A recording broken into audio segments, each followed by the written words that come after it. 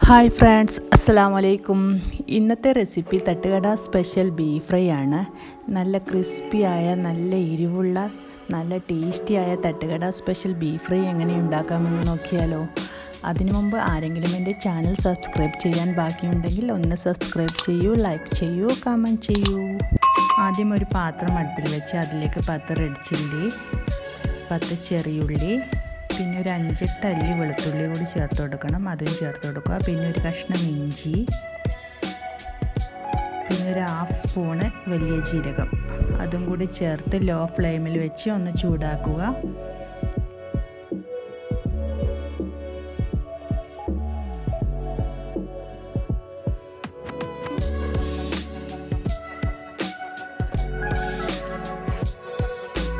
ചെറുതായി ഒന്ന് ചൂടായി വരുമ്പോൾ അതിലേക്ക് നമുക്ക് 1 സ്പൂണ് കാശ്മീരി ചില്ലി പൗഡർ കൂടി ചേർത്ത് കൊടുക്കാം.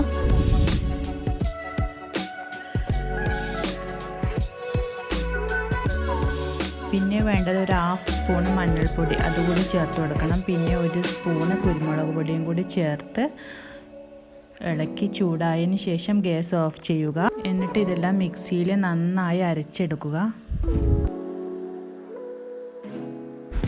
ഇനി ഒരു കുക്കറിലേക്ക് ബീഫ് എടുക്കുക. ഞാനിപ്പോൾ എടുത്തിരിക്കുന്നത് 1/2 കിലോ ബീഫ് നന്നായി ക്ലീൻ ചെയ്തതാണിത്. നമ്മൾ നേരത്തെ അരച്ചു വെച്ച അരപ്പ് കൂടി അതിലേക്ക് ചേർത്ത് കൊടുക്കാം. പിന്നെ കുറച്ച് കറിവേപ്പിലയും ആവശ്യത്തിന് ഉപ്പ് കൂടി ചേർത്ത് കൊടുക്കണം. ഞാനിപ്പോൾ ഒരു 1/2 സ്പൂൺ ഉപ്പാണ് ഇതിലേക്ക് ചേർത്ത് കൊടുക്കുന്നത്. പിന്നെ ഇതിന് വേണ്ടത് തേങ്ങാക്കൊത്താണ്. ഒരു 1/2 കപ്പ് തേങ്ങാക്കൊത്ത് അതുകൂടി ഇതിലേക്ക് ചേർത്ത് കൊടുക്കാം. പിന്നെ നമ്മൾ നേരത്തെ മുളകൊക്കെ അരച്ച് വെച്ച് ആ മിക്സിയുടെ ജാറിൽ കുറച്ച് വെള്ളം ഒഴിച്ച് കലക്കി അതിലേക്ക് ഒഴിച്ച് നന്നായി മിക്സ് ചെയ്ത് കൊടുത്തിട്ട് നമുക്ക് കുക്കർ അടച്ച് വെക്കാം. ഒരു 5-6 വിസിലടിക്കുമ്പോഴേക്കും നമ്മുടെ ബീഫ് നന്നായി വെന്തിട്ടുണ്ടാവും.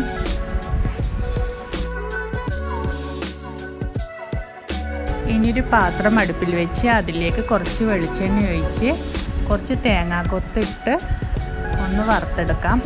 നല്ല ബ്രൗൺ കളർ ആവുന്ന വരെ നമുക്കിതൊന്ന് ഇളക്കി കൊടുക്കാം.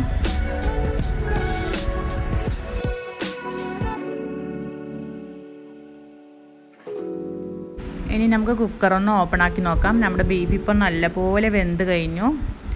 നമ്മൾ നേരത്തെ വറുത്ത് വെച്ച തേങ്ങാക്കൊത്തിലേക്ക് ബീഫ് ഇട്ട് കൊടുക്കണം. നമ്മൾ ഫുള്ളായിട്ട് ബീഫ് അതിലേക്ക് ചേർത്ത് കഴിഞ്ഞു. ഇനി നല്ല പോലെ ഇളക്കി കൊടുക്കുക. അതിലേക്ക് 1 സ്പൂണ് ഗരം മസാല കൂടി ചേർത്ത് നന്നായി ഇളക്കി കൊടുക്കുക.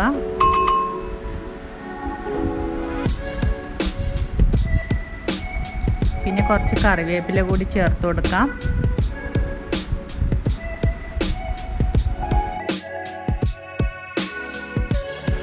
ഇപ്പം നമ്മുടെ ബീഫ് ഏകദേശം റെഡി ആയി കഴിഞ്ഞു. നല്ല പോലെ ഇത് ഇളക്കിയതിന് ശേഷം നമുക്ക് ഗ്യാസ് ഓഫ് ചെയ്യാം. ഗ്യാസ് ഓഫാക്കിയതിന് ശേഷം ഒരു സവാള കട്ട് ചെയ്തത് കൂടി ചേർത്ത് നന്നായി മിക്സ് ചെയ്യുക.